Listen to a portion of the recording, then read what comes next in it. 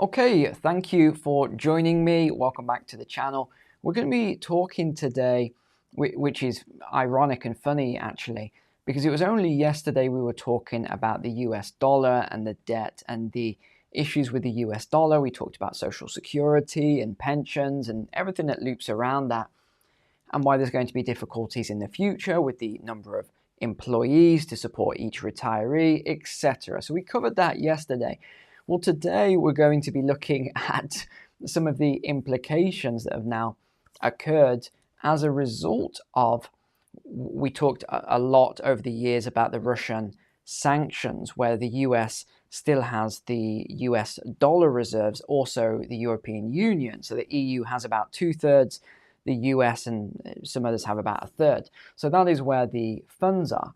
Well, Yellen, as well as Powell and Biden, a few other people, seem really surprised that after, let me show you this. So this was a week ago. Here it was on the 27th of February. So just over a week ago, this article came out. So let's look at this for context, and then let's see what has happened now. And we'll see, is there really a big surprise? So Yellen urges world leaders to unlock frozen Russian central bank assets and send them to Ukraine. Now, there's a twist to this as well, which most people aren't seeing. So let me let you into the little secret with this. So here it is, Treasury Secretary, formerly of the Fed, remember, Janet Yellen, on Tuesday offered her strongest support yet for the idea of liquidating, okay, keyword liquidating, roughly $300 billion in frozen Russian central bank assets, so these are US dollars, and using them for Ukraine's long-term reconstruction. So here's the first point that we have to mention here. A lot of people were saying that they're going to be sending the US dollars, the Russian US dollars, to Ukraine. That's actually not correct, even though all the media outlets are saying that. And obviously this is, a very controversial point, taking Russia's funds and sending it to what is, I guess we can say, their enemy at the moment with this massive conflict. So that is a little bit of the context behind it. However, let me tell you why the money isn't going, if they do it, isn't going to Ukraine. We talked briefly, and I didn't go into a lot of detail on it, but about the plans for those funds, so the reconstruction of Ukraine after the war is over. Who is going to be rebuilding Ukraine? It's not Ukrainian companies. Of course, there will be small companies doing small development work, but that's not what I'm talking about. It is the big hedge funds. It's like BlackRocks and people like that who have put in for the contracts. And again, it's not necessarily BlackRock itself. They have a lot of subsidiaries. They've put in for the contracts for the rebuilding. So what you're seeing is, and this is the craziness of the situation. So you have the weapons manufacturers who are sending the weapons. The weapons are being used. You're having a lot of destruction, also destruction in Russia. I mean, that's what happens in war, as tragic as this is. So you're seeing all this destruction. You're seeing who is the makers of the weapons, where's the weapons coming from. You look at all these things. And then you look at who is also in control of the rebuild. I mean, they've got it kind of controlled from start to finish, although it doesn't exactly work like this, but I'm trying to loosely link this so you can see what the plan is here. So you've got these big companies and you've got the BlackRocks and stuff like that that want to rebuild. So the money isn't actually going to Ukraine as it's being talked about. The money is Russian money that was sanctioned, held by the US, being paid to US companies to then go into Ukraine. Now, some of that money will be used for wages, for materials in the country, for reconstruction. I totally get that. But the point I'm trying to make is the money really is a confiscation of Russian assets, and it will be used by the US. So that's the point I want to make first and foremost before we continue on. It is necessary and urgent for our coalition to find a way to unlock the value of these immobilized assets to support Ukraine's continued resistance and long-term reconstruction. That's what Yellen said. I believe there is a strong international law economic and moral case for moving forward. This would be decisive response to Russia's unprecedented threat to global stability. Now, this is the other thing we keep talking about, and Tucker Carlson covered this on the interview in a quite a good way. I think the way he actually covered this aspect is that, is this really a Russian threat on global instability? You know, we keep hearing from the media that Russia, and we've heard this plan from the start, Russia first wants to go into Ukraine, then it wants to go into Eastern Europe. So it talked about the Baltic states and Poland. Then it wants to go to Germany. Then it wants to take over the whole of Europe. And then it wants to take over the US and Canada. So this is the plan we've heard from the start. I personally, and just sharing my personal opinion, you don't have to agree with it, I think that's nonsense. I really don't think that is the long-term plan. I think it's a lot more simple than that. I think it's over resources and land. Putin told us a big long story about the history of it, and you know how Ukraine is really Russia, etc. You know, I don't know that history that he went into. Maybe there's some aspects of that that's true, but really, what I think this is it's somewhat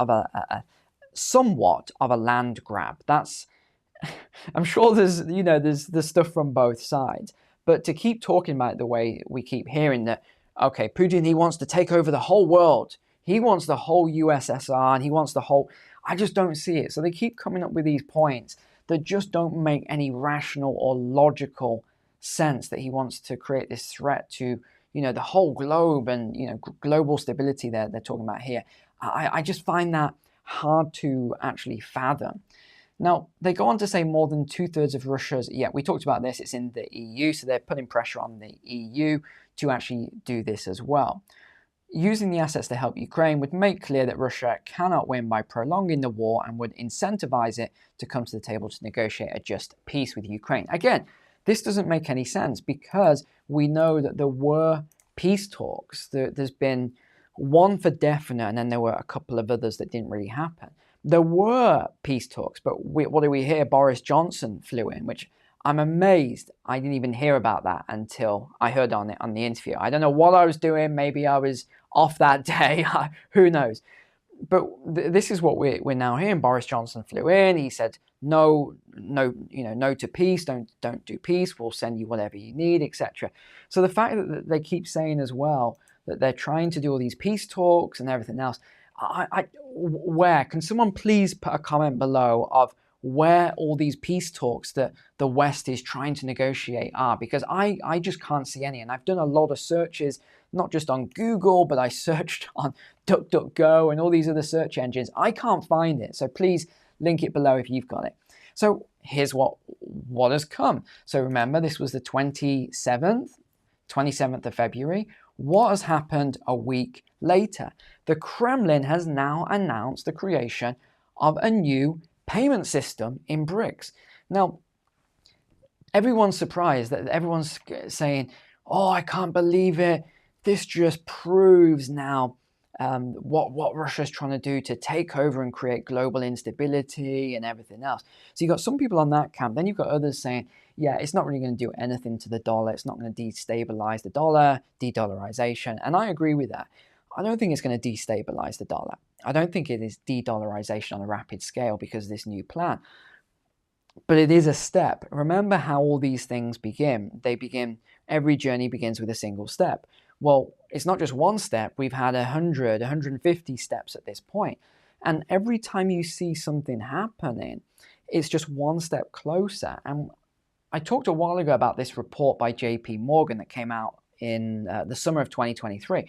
I want to touch on that today because there's some key aspects of this report that I want to go over. So it's this report here, and I've highlighted it so we can save time going through the whole thing.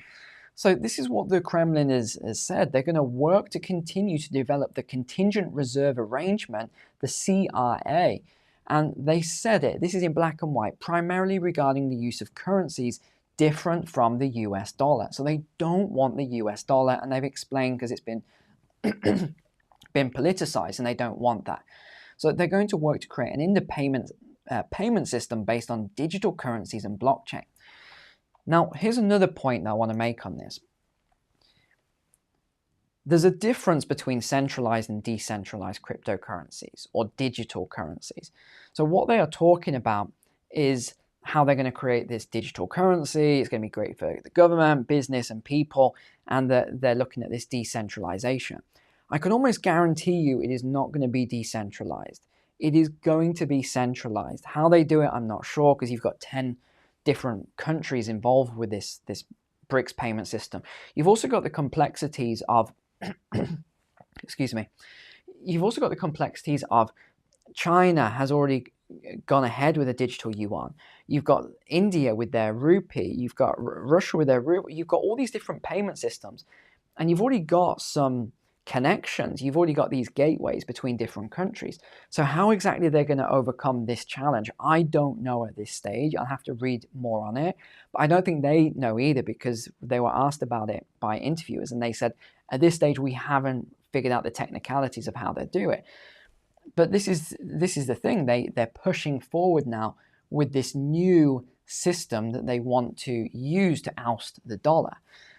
They said this: we believe that creating an independent BRICS payment system is an important goal for the future, which would be based on state-of-the-art tools such as digital technologies and blockchain. The main thing is to make sure it is convenient for governments, common people, and businesses, as well as cost-effective and free of politics. That's obviously a dig at the US and the Euro, the ECB, because of the sanctions. What else did they say? This is a specific task for the year to increase the role of BRICS in the international monetary and financial system. So this is a goal. They've got this as a goal. They want to increase the role of BRICS in the monetary system globally. They said we'll continue to develop basically the CRA again, primarily regarding the use of currencies different from the US dollar. So they're very, very clear on what they're doing. They're going to be testing these digital currencies with China, the Eurasian Economic Union, the EU, and the Gulf countries. Now, the other thing is South Africa. They've asked they prefer an African payment system that provides opportunities for trade with global partners. It wants to avoid the dominance of any one currency, i.e. like we've all had for a long period of time. While the dollar was explicitly mentioned, within the BRICS, there's a potential for China's renminbi to be used as a surrogate. So that is the other aspect here. Now, I've seen this bouncing around a lot. Oh, look at the Russian CBDC, 25,000 transactions. Wow, look at this. Okay, 25,000 transactions is absolutely nothing. That is nothing. So I've seen people talking about this. There was a video on it earlier, got a lot of views. Now it's a nothing burger, really. We need to wait a while yet. So this includes currency issues where members' national currencies are being adversely affected by global financial pressures. This is from Wikipedia as well, a very biased organization, website, whatever you want to say. So they're even talking about these global financial pressures that are being exerted and the acceleration of this. So they're saying it's a decentralized platform they're creating. I almost guarantee it will not be decentralized. Now, we've also got a lot of, I want to come on to this report in a second, but the other thing is Iraq has banned 8 local banks from US dollar transactions. This story's gaining a lot of news as de-dollarization. Actually, that's not what this is about. They are using the Iraqi banks, and the US actually flew out, had lots of meetings with the Iraqi finance minister and all the heads of the banks, because what they found was happening was a lot of organizations were funneling US dollars from Iraq into Iran. So the US wants to stop this. They don't want any US dollars being funneled to Iran because of all of the sanctions and the concerns with Iran at the moment. And again, it's the US government's concern with Iran, not necessarily anybody else's, but that's really what it's all about. And as we've talked about, that's probably going to be the next front. It's going to be something to do with Iran. Continuing on then, let's look at this report. Came from JP Morgan. I've highlighted the key points for you here then. And these are real, these are some of their top analysts that have said this. This is not just some random, guy on a blog talking here. So here's the key takeaways. The US dollar's hegemony is in question due to geopolitical and geostrategic shifts, including the ongoing Russia-Ukraine crisis. You can see it. It's in question. They're saying it here black and white. While the dollar's maintained its transactional dominance, which is correct, some de-dollarization is taking place in the Forex reserve, and I'll show you the chart in a moment. The greenback's also losing some influence in oil markets. Now, I wouldn't say some influence, I would say heavy influence, where more sales are now being transacted in non-dollar currencies. Yeah, because the BRICS have a lot of oil output, so you're going to see more of that. However, rapid de-dollarization, i.e. the next 12 months is really what people keep talking about, is not on the cards, especially as the US has a long-standing global network of alliances and partnerships. I agree with that statement. I don't see this rapid de-dollarization that people are talking about, not yet anyway. The US sanctions on Russia have made some countries wary about being too dependent on the greenback. In addition, against a backdrop of rising interest rates, a strong US dollar is becoming more expensive for your emerging nations, leading some to trade in other currencies. And that is exactly what happens when you have this really strong US dollar. It makes the emerging nations suffer really badly, not just in their debt, but in all sorts of other ways. In July of 2023, Bolivia became the latest South African country after Brazil and Argentina to pay for imports and exports using Chinese renminbi. What is de-dollarization then? In short, de-dollarization entails a significant reduction in the use of dollars in world trade and financial transactions, decreasing national, institutional, and corporate demand for the dollar. This would diminish the dominance of the dollar-denominated global capital market, in which borrowers and lenders around the world transact in dollars. So that is what de-dollarization is. What is the impact then? What would be the impact of this? Well, it would shift the balance of power among countries, and this in turn could reshape the global economy and their markets. The impact would be most acutely felt in the US, where this would lead to a broad depreciation and underperformance of US financial assets versus the rest of the world. Pay careful attention to that.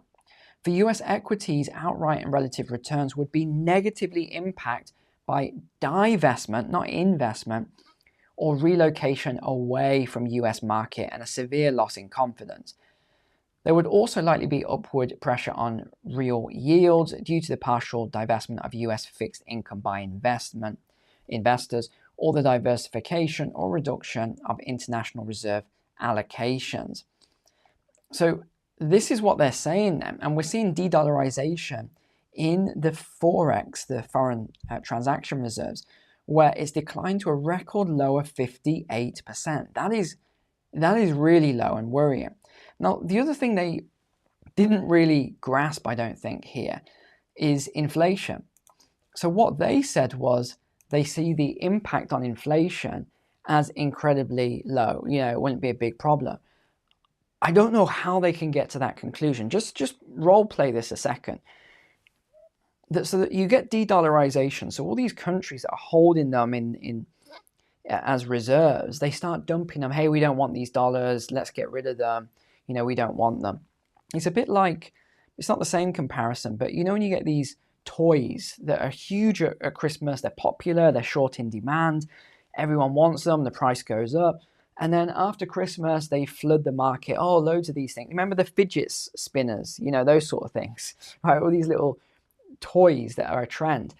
Well, what do you think happens when all these dollars come back? No one wants to use them anymore. Obviously, you're going to get inflation unlike anything we've ever seen before. That is what will happen. So I don't know how these analysts have all said, well, I think it'll be relatively small, no big problem at all with inflation. No, there's going to be mass inflation. Prices will go through the roof. You're going to struggle to even buy imports because no one's going to want the dollars, especially if the value is just collapsing on the dollar. So I don't exactly know how they've come to this conclusion, but but they have anyway. That's their assumption. So here is then, if you look at the greeny bluish line here, then US dollar of global forex volumes has gone here. Here's the volumes. Okay, so their global exports. This chart looks a bit off. I need to check this chart actually. It doesn't match what I was reading earlier. Actually, I'm not going to talk about this because it doesn't match what I was reading earlier. So let's move on. De-dollarization in oil markets. But if you do want to see the chart, you can see it here. This is how they have it. Okay. So some signs of de-dollarization are also playing out in oil markets. The US dollar, one of the key drivers of global oil prices, appears to be losing its once powerful influence. Overall, we find that the importance of the dollar has declined significantly from 2014 to 2022. So I'm sharing this because people keep talking about this, saying it's not a big deal, we're not seeing de-dollarization, everything's fine. Well, we are seeing it, and the BRICS are really pushing it. Now, I know we've, going on a little bit with this video time-wise. I usually try and keep it under 20 minutes, but I just wanted to show you a key thing here of when Nigeria launched their central bank digital currency. So all of these countries, these BRICS nations, they've already launched. Okay, that's the other thing. They've already launched their CBDC, so they're way ahead. Now, when Nigeria launched their CBDC, and the reason I'm telling you this is because Nigeria wants to ban dollars as well. They want to actually ban dollar cash transactions to save their currency. Why? Because they've said that when they went onto this CBDC, it has absolutely crippled their currency. And inflation, I've pulled the chart up for you. Look at, since their launch, look what's happened with inflation. I'm wondering if this is a test case. Nigeria is the test case. Because what did I say? It will lead to mass social unrest. Guess what? Guess what has just come out today? Looting warehouses, bad omen for Nigeria. Stakeholders warn of looming danger. Isn't it amazing that what people call crazy videos and statements that he makes, you give it a few months where we talked about it somewhere back here, and now we're here, and look at this, it's happening. Now, why is it happening? They've got all these reasons, they've got, they come out with all this sort of, if you read all the reasons, it will make you laugh, because it's just, you'll go, that makes no sense. What are the real reasons then for all of these issues? It's because you've got inflation going so high that people can't afford to buy the basic staples, food and things like that. They can't understand why all these groups and people are looting food warehouses. They actually said it's a mystery. They said, we're trying to figure it out. Why is it a mystery? What do you think they're going to do? Go and rob the Nike store or something? Go and steal some trainers or some footwear? No, they're going to the food warehouses because inflation is going so high, people can't afford food. This sort of stuff is so obvious, but they always say these things, don't they? All right, well, that's it.